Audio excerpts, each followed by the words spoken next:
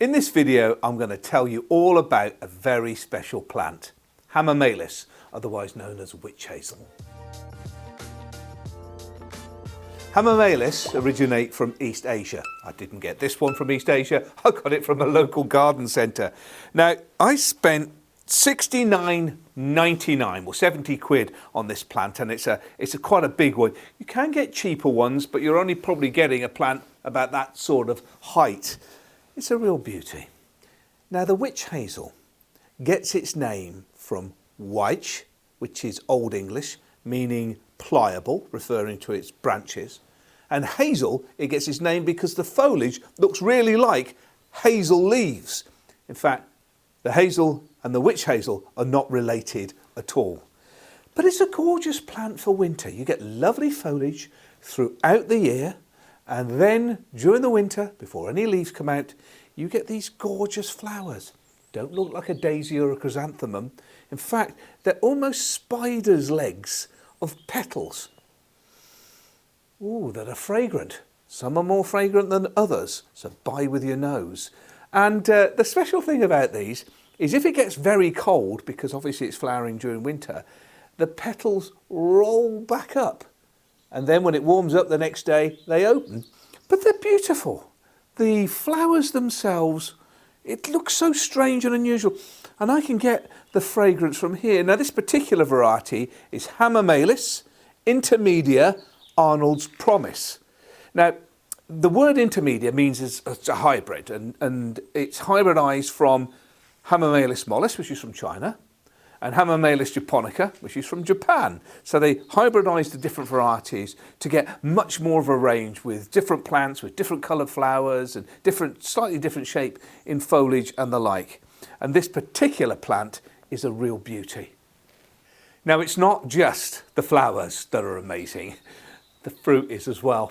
It's got explosive fruit, so it can spread the seed around and create more plants in and around the area rather than them all being close together. And as the seed, the tension grows and then it bursts, it can travel up to 10 metres away from the original plant. Now, before I choose a perfect position to put this in my garden, let me tell you a little bit more about this special plant. Now, Hamamelis is deciduous, meaning it loses its leaves during the winter time. But you get a progression of the stages of the leaf, which makes the plant very interesting. You get the lovely young foliage as they come out in the beginning of spring, glorious green foliage throughout the summertime, and in autumn you get spectacular autumn colour. And then during the winter, when the branches are bare, that's when the flowers come out. So you get a good deal of interest during the months where there isn't much flower out there. Now, there are many different varieties of Hamamelis. They're different heights and different coloured flowers, so it's worth shopping around. Now, on average, Hamamelis can grow 2.5, even up to 4 metres, depending on the really big varieties. You can contain them by pruning, and I'll tell you a bit about that in a moment. But they are quite slow growing, and when they're in the ground and they get established, then they start to build up some momentum and grow. So make sure you choose a variety that's the right size for the spot that you have. Some people prune them to keep them. Once they've been in the garden for a while and they start to get big, they can prune them down. Basically, you're taking the growth off from the current year at the end of the season and just snipping them down into shape. So you're really pruning them into shape, as you would do many large shrubs that you're trying to contain. Now, they'll have a sunny position or a semi-shaded position, but they do quite like soil that hasn't got any lime in. So any very alkaline soil, they're not that keen. They'll grow in neutral soil, or they'll also grow in acid soil as well. So if you're growing camellias, heathers, rhododendrons and the like, they're pretty good. You can grow them in a container. I'd use the ericaceous compost as part of the mix if you're potting them in that, but they're pretty carefree. And if you wanted it just to grow into a very big shrub, just don't do any pruning, very low maintenance.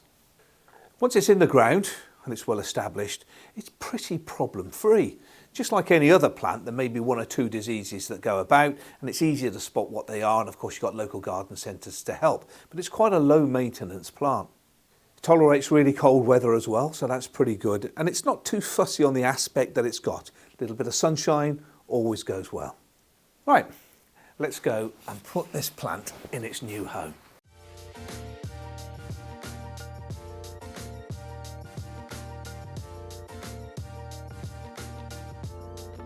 Lovely.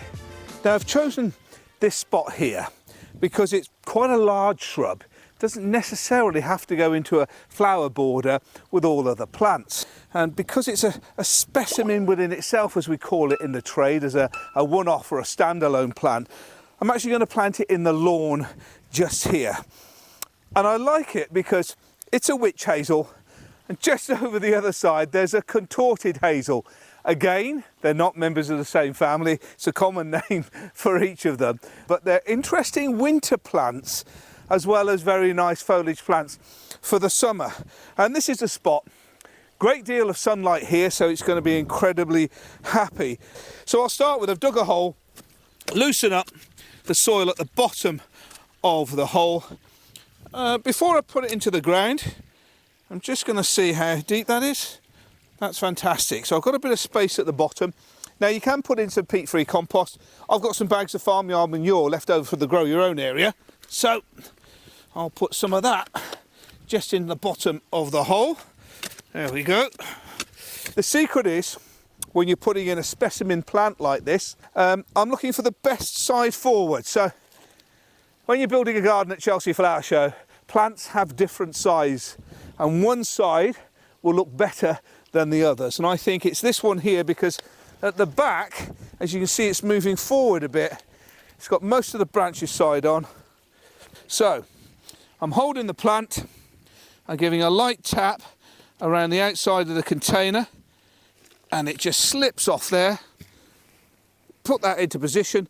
So the plant surface is the same as what it was in the pot.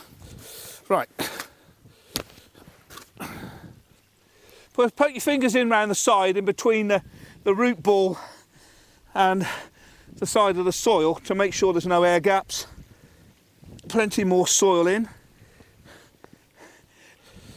And finally, a firm in with the foot around the outside. I'll tidy up a bit of this soil later, but you get the drift. There we are, a witch hazel in its new spot. It's truly gorgeous. If you like the video, please give it a thumbs up. I'm doing lots of these plant profiles on beautiful plants to add to your garden, so please subscribe to my channel for loads more great content and advice like this. And if you turn on your notifications, I will let you know when the next new plant profile comes about.